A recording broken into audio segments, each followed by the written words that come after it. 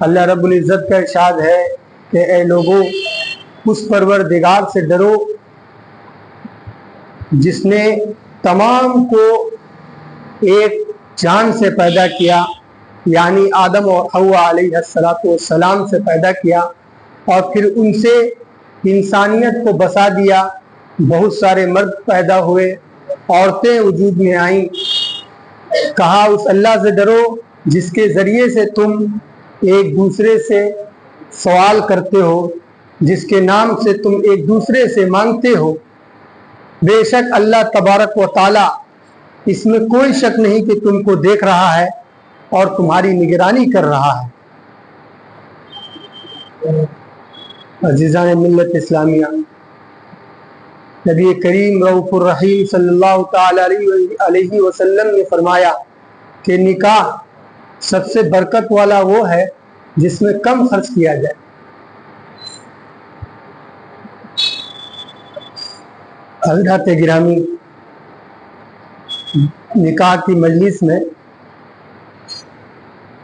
آیت کریمہ قرآن کی تلاوت کی جاتی ہے، حدیث پاک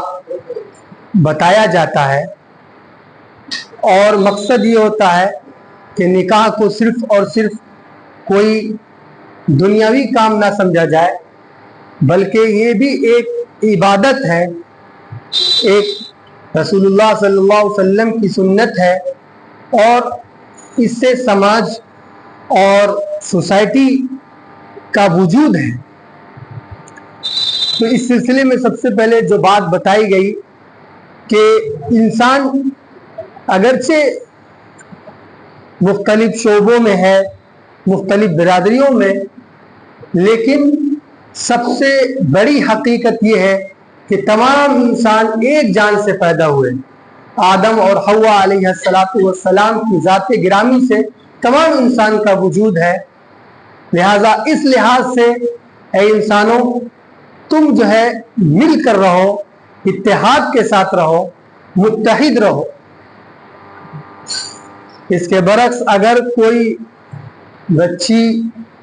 ہمارے معاشرے میں اپنی برادری سے ہٹ کر شادی کر لیتی ہے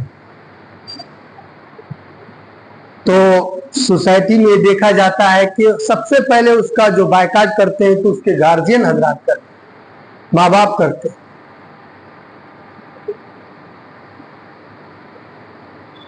ایسا نہیں ہے کہ اسلامی اعتبار سے کوئی منع ہے، مشورہ ہے فقہاء کرام کا، رسول اللہ صلی اللہ علیہ وسلم کی حدیثوں سے یہ بات نکلتی ہے، لیکن قرآن کی جو صریح صاف اور کھلی آیات کریمہ ہے وہ بتا رہی ہے کہ کوئی اونچ نیچ نہیں، کوئی اعلیٰ ادنا نہیں،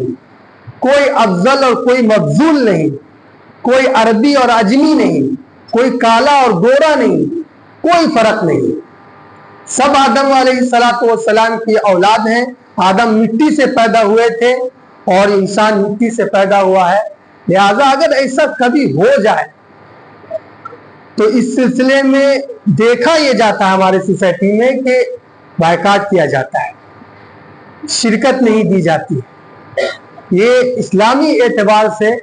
اس کی کوئی حقیقت نہیں ہے، اس بائیکاٹ کا کوئی وجود نہیں ہے۔ ایسا کرنے والا اس آیت کریمہ کے نظر میں، اس آیت کریمہ کے خلاف کر رہا ہے، جس آیت کریمہ میں جو نکاح میں پڑھا جاتا ہے کہ اے لوگوں اس اللہ سے ڈرو جس نے تمام کو ایک جان سے پیدا کیا، کوئی اعلیٰ اور کوئی ادنا نہیں، کوئی افغانی اور کوئی مرزا اور کوئی سید نہیں۔ پھر بتایا نکاح کی مجلس میں جو آیت کریمہ پڑھی جاتی ہے، یا ایھا الذین آمنوا اتقوا اللہ حق تقاتہ، اے وہ لوگوں جو ایمان لائے ہو، اللہ تبارک و تعالیٰ سے جیسا کہ اس سے ڈرنے کا حق ہے ویسے ڈرو، ولا تموتن الا وانتم مسلمون، اور جان لو کہ موت نہ آئے مگر اس حال میں کہ تم اللہ کی فرما برداری کر رہے ہو۔ بعض دفعہ یہ دیکھا جاتا ہے کہ شادی بیاہ کے موقع پر یا پھر غم کے موقع پر شادی کا ذکر کرنا معیوب سمجھا جاتا ہے، یا پھر शादी ब्याह खुशी का मौका है, ऐसे मौके पर मौत की बात करना मायूब समझा जाता है, और बल्कि ऐसे कपड़े का इस्तेमाल भी मायूब समझा जाता है जो कपड़ा गम के हालात के कपड़े हैं कहे जाते हैं लोगों के जरिए। लेकिन अल्लाह तबारक व तआला निकाह की मजलिस में रसूलुल्लाह सल्लल्लाहु अलैहि वसल्लम ने जिन आयतों करीमा का इंतखाब किया, उस आयत करीमा में से एक आयत ये भी है जिसमें साफ साफ जिक्र है कि ए ईमान वालो, अल्लाह से डरो और मौत ना आए मगर इस हाल में कि तुम अल्लाह की फरमा बरदारी कर रहे हो। तो इसकी भी कोई हकीकत नहीं कि आदमी शादी ब्याह के मौके पर अल्लाह के पास जाने का कोई जिक्र ना करे या ऐसे कपड़े का इस्तेमाल ना करे जो आमतौर पे हमारी सोसाइटी में गम के मौके पर इस्तेमाल किया जाता है। कोई मनाही है, काला कपड़ा हो चाहे कोई और कपड़ा हो। तीसरी आयत करीमा जो निकाह की मजलिस में पढ़ी जाती है वो ये पढ़ी जाती है कि या अय्युहल्लज़ीना आमनू तक़ुल्लाह, ऐ ईमान वालो अल्लाह से डरो और उसका तकवा इख्तियार करो, उसका लिहाज करो। वक़ूलू क़ौलन सदीदा, और जो बात भी कह रहे हो, जो बात भी तुम कहते हो उसको दुरुस्त तरीके से कहो। अल्लाह तबारक व तआला दुरुस्त बात करने के नतीजे में युस्लिह लकुम आमालकुम,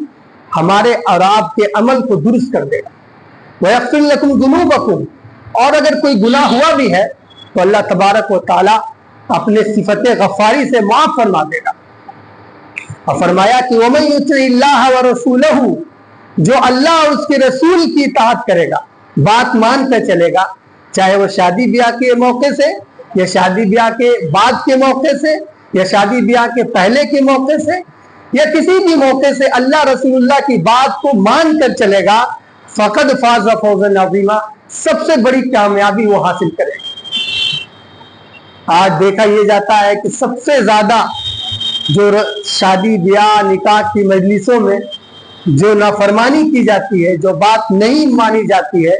वो अल्लाह रसूलुल्लाह की होती है। सबसे ज्यादा जिन बातों को फॉलो किया जाता है वो हमारे समाज की बात होती है, सोसाइटी की बात होती है, मुआशरे की बात होती है। मुआशरे में कौन सी बात तस्लीम की जा रही है, इस बात की तरफ तवज्जो होती है। तो शादी ब्याह के मौके पर जो आयत करीमा पढ़ी जाती है, ये उसका खुलासा मैंने पेश किया, और इस वजह से पेश किया कि मामला ये है निकाह की मजलिस का कि रात के 1 बज जा रहे हैं, 1:30 बज जा रहे हैं, मजलिस निकाह की कोई हैसियत नहीं। कुछ लोग खाने की तरफ मुतवज्जा हैं, कुछ लोग और अरेंजमेंट की तरफ मुतवज्जा हैं, कुछ लोग और काम काज को अंजाम दे रहे हैं। महज 5-10 लोग महफिल निकाह में मौजूद होते हैं, और मामला ये रहता है कि अगर मौलवी साहब 5 मिनट का वक्त ले लें कि जो खुतबा उन्होंने दिया उसका तर्जुमा कर ले, बहुतों को बहुत एतराज हो जाएगा कि बताइए तो ये कोई मिलाद शरीफ का मौका है, यहाँ पर जो है मिलाद शुरू कर दिए मौलवी साहब। अरे अरबी हमारी जबान नहीं है, इसलिए हमको चाहिए कि हम मुतालबा करें, जो भी खुतबा दे रहा है, जो भी निकाह की मजलिस की आयतें पढ़ रहा है, उससे बताएं कि मौलवी साहब हमें बताया जाए कि क्या कुछ अल्लाह फरमा रहा है, क्या कुछ कह रहा है अल्लाह ताला इस निकाह की मजलिस में, क्या कुछ हमें आगे करना है, क्या कुछ करना चाहिए, क्या कुछ छूटा है। ये सब चाहिए कि अल्लाह तबारक व तआला से दुआ करें कि अल्लाह ताला हमें सही इस्लामी तालीमात पे अमल करने की तौफीक नसीब फरमाए। व आखिर दावाना अल्हम्दुलिल्लाहि रब्बिल आलमीन।